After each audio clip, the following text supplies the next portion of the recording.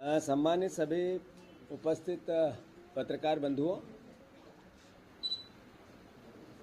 आदरणीय फूल सिंह बरैया जी, आदरणीय मुकेश नायक जी, यादवेंद्र सिंह जी, हमारी किरण अहिरवार जी, पूरे प्रदेश में भारतीय जनता पार्टी, जैसा कि सर्वविदित है कि कांग्रेस के कार्यकर्ताओं पर लगातार प्रशासन के द्वारा दमन कर रही है। जैसा कि प्रदेश में एजेंडा है, एक भिंड का कलेक्टर है, उसने मकान एक हत्या करने वाले के तोड़े, दूसरे का एक ही कानून, एक ही विचार दो अलग अलग प्रकार से प्रस्तुत किया और उसका वीडियो वायरल हुआ, जिसमें उसने कहा कि मकान उसके तोड़े जाएंगे जिससे नफरत और घृणा बढ़े। इंटेंशन उस वीडियो का आप लोगों के पब्लिक डोमेन में होगा। ये एक उदाहरण है कि प्रशासन को खुली छूट दे दी है कि आप सिर्फ दमनकारी रवैये के साथ काम करना है। किस पे? इस प्रदेश के दलितों पे, इस प्रदेश के कांग्रेस के कार्यकर्ताओं पे, इस प्रदेश के हमारे अल्पसंख्यक परिवार के साथियों पे, और साथ ही साथ अपराधियों को छूट देना है। अब आप देखो उज्जैन की घटना, एक फौजी ने दूसरे एक विकास यादव को गले में हाथ डाल के गोली मार दी। पुलिस खड़ी थी, पुलिस के सामने मार दी। ये छोटी घटना नहीं थी। ये बार बार एहसास कराता है कि 3C की ये सरकार सिर्फ कर्ज, क्राइम और करप्शन की बात करती है। लाहौर, भिंड में लगातार कांग्रेस के 3 कार्यकर्ताओं के घर तोड़े गए और अभी हमारे नेता प्रतिपक्ष गोविंद सिंह जी के मकान पर लगातार दबाव बनाया जा रहा है। ये भारतीय जनता पार्टी का चाल चरित्र और चेहरा, नफरत, घृणा और बदला, ये एक एहसास कराता है कि प्रदेश का भविष्य इनके हाथ में सुरक्षित नहीं है। प्रदेश की जनता ने बहुत अंतर्मन से इनको वोट किया और ये भावना व्यक्त की कि प्रदेश अच्छा चले, परंतु लगातार वो चाहे लाडली बहना के नाम पे दिया, चाहे गैस सिलेंडर के नाम पे दिया, चाहे किसानों के समर्थन मूल्य को लेके गेहूं और धान के नाम पे वोट मिला, पर जो जिसके नाम पे वोट ले लिया, गुमराह करके, भ्रम फैला के उस पर एक शब्द की बात नहीं की और लगातार दमनकारी व्यवहार चलता जा रहा है। क्राइम, मध्य प्रदेश राजधानी है देश की। क्राइम में जो स्थिति है, जहाँ से आदरणीय मुख्यमंत्री मोहन यादव जी आते हैं, एवरेज हफ्ते में 4 हत्याएं, 3 हत्याएं होती है।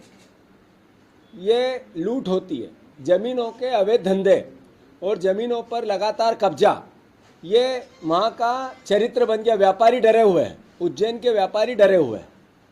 आप देखो किस तरीके का तांडव, सरकारी दमन अंग्रेजों से बढ़ के भारतीय जनता पार्टी करने लगी है। इस पूरी भावना को कांग्रेस पार्टी ने संज्ञान में लिया है। कल हमारी पॉलिटिकल अफेयर कमेटी की मीटिंग थी। उस पॉलिटिकल अफेयर कमेटी के मीटिंग में राजनीतिक रूप से एक प्रस्ताव पास हुआ है, जिसमें किसी भी प्रकार का दमन जो कानून से बाहर जाकर सरकार और अधिकारी और कर्मचारी करेंगे, कांग्रेस का कार्यकर्ता अब ताकत से खड़ा होगा। जिस दलित परिवार में किसी भी प्रकार की ऐसी घटना जो समाज को शर्मसार करती है, या किसी भी परिवार में ऐसी घटना जो समाज को शर्मसार करती है, कांग्रेस इस पाठ पे जाके अब खड़ी होगी। जहां भी मकान तोड़ने की प्रक्रिया कानून के उल्लंघन के साथ चालू करेंगे और भेदभाव करेंगे, वहां भी कांग्रेस पार्टी के नेता और कार्यकर्ता मुकाबला करेंगे। और जो अधिकारी नियम के विरुद्ध जाके काम करेगा, उसके खिलाफ कोर्ट में हम मध्य प्रदेश कांग्रेस कमेटी जाएगी। ये पॉलिटिकल एक तरह का विचार कांग्रेस पार्टी ने निर्णय लेके लिया है। मैं फिर से भारतीय जनता पार्टी की सरकार और मोहन यादव जी से ये भावना व्यक्त करता हूं कि ऐसी कोई विधानसभा नहीं है जहां पर आप प्रशासन से कांग्रेस के कार्यकर्ताओं के साथ दोहरा व्यवहार कर रहे हैं। और मैं आपको आगाह कर रहा हूं, अति का अंत होता है। इस तरह का व्यवहार एक लोकतांत्रिक देश में शोभा नहीं देता है। फिर से कांग्रेस पार्टी दृढ़ता से कार्यकर्ताओं की, दलित परिवार के लोगों की, जो पीड़ित परिवार है, शोषित परिवार है, सरकार से किसी भी प्रकार का दोहरा व्यवहार, दबाने का व्यवहार होता है, उससे मिलकर अपनी लेकर कोई कार्रवाई करने की तैयारी की जा रही है।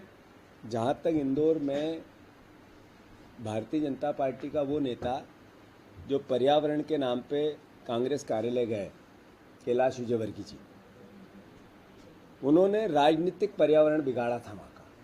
उन्होंने एक कैंडिडेट कांग्रेस का, उसका अपहरण किया था और उस कैंडिडेट का अपहरण करने के बाद सेल्फी ली और पूरे इंदौर की भावनाओं का अपमान किया था। उनको चुनौती दी थी इंदौर के मतदाताओं को कि तुमसे बड़ा मैं हूँ। तो मैं मानता हूँ कि राजनीतिक पर्यावरण के प्रदूषण करने में सबसे बड़ा कोई अपराधी है तो कैलाश विजयवर्गीय है। तो ऐसे व्यक्ति की कांग्रेस कार्यालय में जगह नहीं है। और जहाँ तक प्रश्न है व्यक्तिगत संबंधों का, सबका अपना एक तरीका होता है, निभा सकता है। पर चूंकि पौधारोपण के नाम पे आपने कांग्रेस कार्यालय गए तो 6.5 करोड़ पौधे भारतीय जनता पार्टी ने लगाए थे, वो एक भी नहीं बचा। उसकी अपराध की सजा क्यों नहीं देंगे? वो मंत्री है, आज तक बताया प्रदेश को कि वो नर्मदा किनारे 6.5 करोड़ पौधे लगाए थे, वो हमारी सरकार थी। हम ही वो चोर है जिन्होंने पौधे लगाए और एक भी जिंदा नहीं है। उसका सवाल का उत्तर क्यों नहीं देता है? फिर उत्तर ये क्यों नहीं दिया उनने आज तक? जब हमारे कार्यकर्ताओं ने पूछा कि 55 लाख पौधे लगाएंगे, इंदौर जितना उससे डबल हो जाए तब भी 55 लाख के लिए कम पड़ जाएगी जगह पौधों के लिए। तो मतलब इवेंट करना सरकारी पैसे से। ये क्यों नहीं बताया कि 2000 करोड़ रुपए के नकली बिल, वो जिस विभाग के मंत्री हैं उस विभाग के नकली बिल बना के पैसे निकाल लिए, उनके ही नेताओं ने निकाल लिए, उनके ही अधिकारियों ने निकाल दिए। करप्शन के बेताज बादशाह है उनका विभाग और उसके कैप्टन है विजयवर्गीय जी। अब ये जो करप्शन का पर्यावरण है, इस पर वो क्यों मौन रहते हैं? तो ये सवालों के उत्तर है। कांग्रेस पार्टी ने संज्ञान में लिया है, गंभीर है और नेचुरल है, स्वाभाविक है। इस तरह के कृत्य जो पर्यावरण राजनीतिक बिगाड़ता, उसके खिलाफ कार्रवाई होनी चाहिए। बताओ। धन्यवाद। रीजनल में जो संचालक और मालिक हैं उनके नाम दो बातें हैं। ये भारतवर्ष की हजारों साल की परंपरा देश में सामाजिक न्याय की रही है। बड़े बड़े महापुरुष हुए जिन्होंने बड़ी बड़ी यातनाएं सहने के बाद देश में सामाजिक समरसता है, समानता है, इसकी लड़ाई लड़ी है। भेदभाव के खिलाफ, छुआछूत के खिलाफ लड़ाई लड़ी है। तब जाकर देश में एक आज जो हमारे आरक्षित वर्ग के परिवार के लोग हैं, बात करके आंखों में आंखें डाल के बात करने लायक हुए हैं। ये मैसेज क्या है नाम लिखवाने का? ये मैसेज है कि भेदभाव करो। यूँ नियम है, कानून है। जब आप दुकान या किसी भी फर्म को लाइसेंस देते हैं तो उसमें नियम कायदे लिखे हुए हैं और उन नियम कायदों के अनुसार जो नियम बने थे वो बुद्धिमत्ता से बने होंगे। उस पर होगा कि प्रोराइटर का नाम होना चाहिए कि नहीं होना चाहिए। उसमें होगा कि किस तरह की गतिविधि होगी तो समाज में एक अच्छा मैसेज जाएगा। ये लगातार नफरत और घृणा और भेदभाव और लोगों में बांट कर वोट लेना, ये भारतीय जनता पार्टी का चरित्र है। मैं मानता हूँ हम उस बात का समर्थन करते हैं जो कानून में है। और ये बीजेपी का जो कुचक्र है, नफरत, घृणा और छुआछूत की, भेदभाव की भावना, ये हमारे दलित परिवारों के खिलाफ जो षड्यंत्र लगातार उनकी सोच है, उसको ताकत देने की बात करते हैं। आपके पार्टी के नेता लक्ष्मण सिंह का भी मैंने देखा वो, मैं मानता हूँ इस तरह की सारी कृत्य ये बताते हैं कि चोर की दाढ़ी में तिनका। मैं बार बार ये बात कह रहा हूँ, प्रमाण सच का सबसे बड़ा प्रमाण, नरसिंह घोटाले का सबसे बड़ा प्रमाण, वो 4 लाख से ज़्यादा बच्चे हैं जो रोड पे हैं, जिनको पता नहीं है कि अब उनका क्या होने वाला है। सरकार ने भी नहीं बताया, कोर्ट ने भी नहीं बताया, सीबीआई ने भी नहीं बताया, वो तो छुपा हुआ नहीं है। मैं मानता हूं कि ऐसे में वो नरसिंह परिवार के बेटे बेटी जिनने बीजेपी को भी वोट दिया होगा, उनके विधायक चुने, उससे उनकी सरकार बनी, उन परिवार वालों ने जिनने बीजेपी को वोट दे के सरकार में लाया और उनके बच्चे रोड पे हैं, इससे बड़ा प्रमाण तो इससे बड़ा कोई प्रमाण तो नहीं हो सकता है। करप्शन तो किया, उसी सरकार ने किया, उसी के अंतर्गत हुआ, यही मंत्री था तब हुआ। कौन क्या कैसा वीडियो वायरल हो उससे पहले ये समझना पड़ेगा कि उन 4 लाख बच्चों से ज़्यादा प्रमाणित तो कुछ नहीं हो सकता है। कौन करेगा न्याय उनके लिए? सर, उत्तर प्रदेश की तर्ज में उज्जैन कलेक्टर ने बिल्कुल सही है। कल सर्वसम्मति से प्रस्ताव हुआ है कि कोई भी जिसने इस समय कांग्रेस पार्टी को धोखा दिया, एक भी व्यक्ति को कांग्रेस में अब जगह नहीं देनी है। और जगह कोई भी व्यक्ति को कांग्रेस में जब लिया जाएगा तो उसकी एक कमेटी बनाकर पूरा जिला स्तर पर, ब्लॉक स्तर पर इसका मॉनिटरिंग की जाएगी और कि इसको पार्टी में लेना चाहिए कि नहीं। जब वहाँ से अनुमति मिलेगी नीचे से, जिले से, तब जाकर प्रदेश कांग्रेस कमेटी इसका अनुमोदन करेगी। सर, रवि प्रकाश का वीडियो वायरल हुआ है नरसिंह घोटाले को, लड़ाई लड़ेगी। जैसा अभी मुझे बताया गया है कि रिवकुआ गांव बड़ा मल्लारा की घटना है। काजू पिता